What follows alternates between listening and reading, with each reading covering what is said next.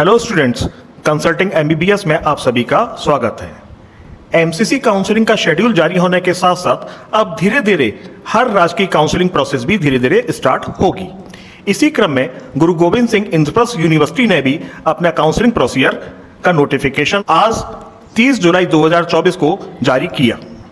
ध्यान रखिएगा कि गुरु गोविंद सिंह इंद्रप्रस्थ यूनिवर्सिटी, जिसको कि हम आईपी यूनिवर्सिटी भी कहते हैं, इसके अंतर्गत 5 मेडिकल कॉलेज आते हैं, मगर इनमें से 2 मेडिकल कॉलेज यानी Vardhman Mahavir Medical College VMMC और दूसरा Atal Bihari Vajpayee Institute of Medical Science, इन दोनों ही मेडिकल कॉलेज की काउंसलिंग एमसीसी द्वारा ही होती है। आईपी यूनिवर्सिटी के अंतर्गत 3 मेडिकल कॉलेज आते हैं और इन 3 मेडिकल कॉलेज की ही काउंसलिंग आईपी यूनिवर्सिटी कंडक्ट करती है। पहला कॉलेज है बाबा साहब अंबेडकर मेडिकल कॉलेज, दूसरा है North Delhi Municipal Medical college यानी NDMC और तीसरा है Army College of Medical Science. इन तीनों ही कॉलेज की जो काउंसलिंग होती है वो आईपी यूनिवर्सिटी यानी गुरु गोविंद सिंह इंद्रप्रस्थ यूनिवर्सिटी के द्वारा की जाती है। आज 30 जुलाई 2024 को गुरु गोविंद सिंह इंद्रप्रस्थ यूनिवर्सिटी ने अपना सेंट्रलाइज ऑनलाइन काउंसलिंग का शेड्यूल जारी किया। अब हम इस शेड्यूल को समझते हैं। First point, in respect of the candidate who have qualified NEET exam and filled the form of GGSIPU earlier and have paid the non-refundable registration fee of rupees 1500, यानी ऐसे कैंडिडेट जिन्होंने गुरु गोविंद सिंह इंद्रप्रस्थ यूनिवर्सिटी का form already भर दिया था, ऐसे बच्चों को सेंट्रलाइज ऑनलाइन काउंसलिंग प्रोसीजर में एनरोल होना पड़ेगा और उन्हें काउंसलिंग फी पे करनी पड़ेगी जो कि 1000 रुपये है। इस सेंट्रलाइज ऑनलाइन काउंसलिंग में पार्टिसिपेट करने की जो स्टार्टिंग डेट है वो है 1 अगस्त 2024 11 बजे से और क्लोजिंग डेट है 10 अगस्त 2024 रात 11 बजे तक। साथ ही साथ गुरु गोविंद सिंह इंद्रप्रस्थ यूनिवर्सिटी ने ऐसे कैंडिडेट्स को भी मौका दिया है जिन लोगों ने इस यूनिवर्सिटी का काउंसलिंग फॉर्म पहले नहीं भरा था।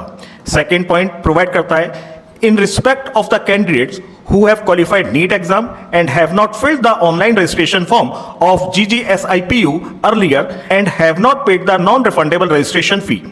ऐसे बच्चों को भी मौका दिया गया है। Such candidates are required to register online and pay the registration fee of rupees 1500 non-refundable and subsequently required to enroll for centralized online counseling process and pay the counseling participation fee of rupees 1000.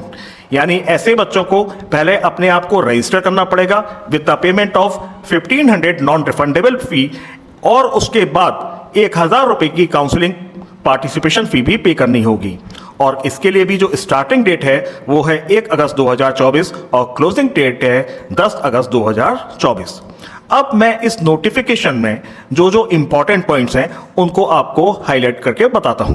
अब मैं धीरे धीरे करके इस notification को आपको दिखाता हूं। इंपॉर्टेंट एस्पेक्ट को मैं आपको डिस्कस करता हूं जो कि डील करता है कैटेगरी रिजर्वेशन से।